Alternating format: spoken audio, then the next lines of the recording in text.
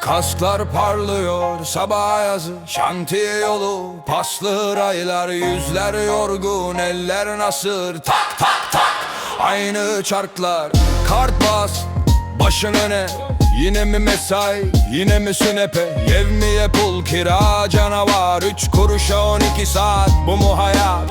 Patron katında camdan şehir, aşağıda sis, egzoz, terli yelek.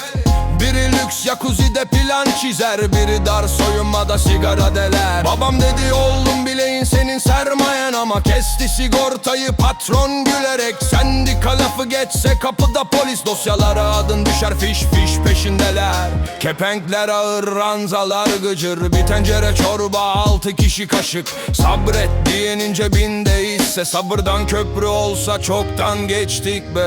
Biri susarsa yüzü sustururlar, biri konuşsa hepsini duvar, ama duvarda çatlar tuğla tuğla. Bir elde balyoz, bir elde bayrak.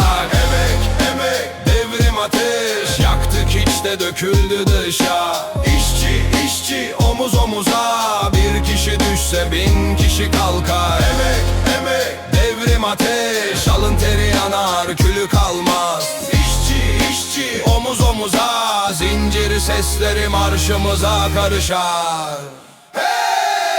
Fabrikanın önünde turnike sıkışık, içerisi kuralı, dışarısı karanlık. Verim diyorlar, performans diyorlar, insanı tabloya hücre diye koyuyorlar.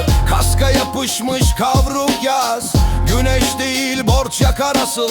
Uyku bir lüks, çocuk bir bakış, ne zaman geleceksin diye sorar sessiz. Bir yanda staj adıyla bedava beden, bir yanda kıdem tazminata kilitlenen. Avukat dosya, işçi dosya, mahkeme koridoru, yürek sonsuz mola. Eski bir pankart, boyası dökülmüş, üstünde 3 kelime hala gül. Yaşasın işçiler birliği, tozlu raftan inip meydana yürür.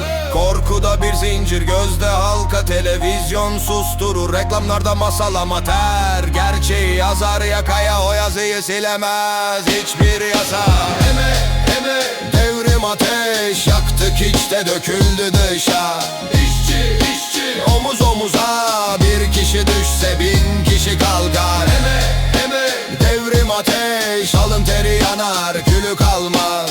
İşçi işçi, omuz omuza, zincir sesleri marşımıza karışar. Kim kurdu bu teraziyi?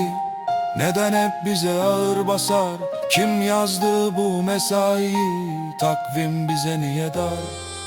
Kim toplar bu kırıntıları masaya çökmeden önce? Kim sayar bu dakikaları zil çalmadan, sönmeden sövse?